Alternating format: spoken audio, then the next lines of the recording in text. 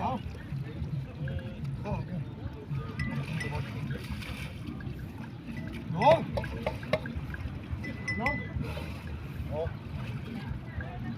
ลงไป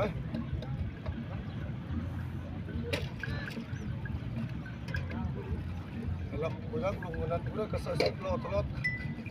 เฮ้ยเนี่ย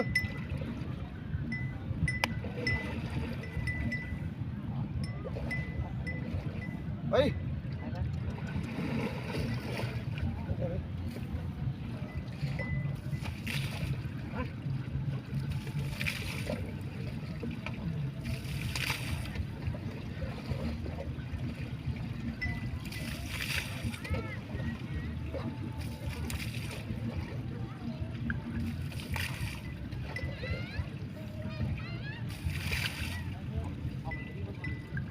เดี๋ยว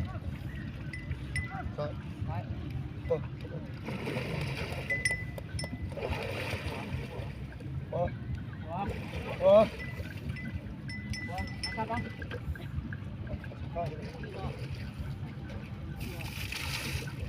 ่อ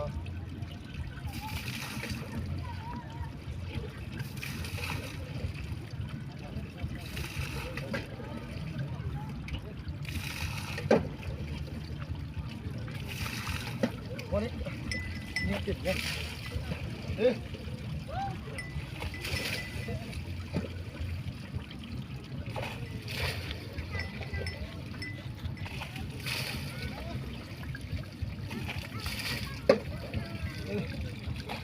ข้าว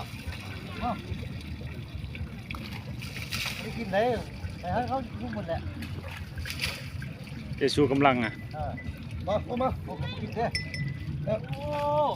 กินบ่ได้เบียร์เราขอที่มันนั่นขอเหล้าข้าวไปกินเบียร์บ่ได้ละว้าไอ้พวกคงไปห้างแล้ว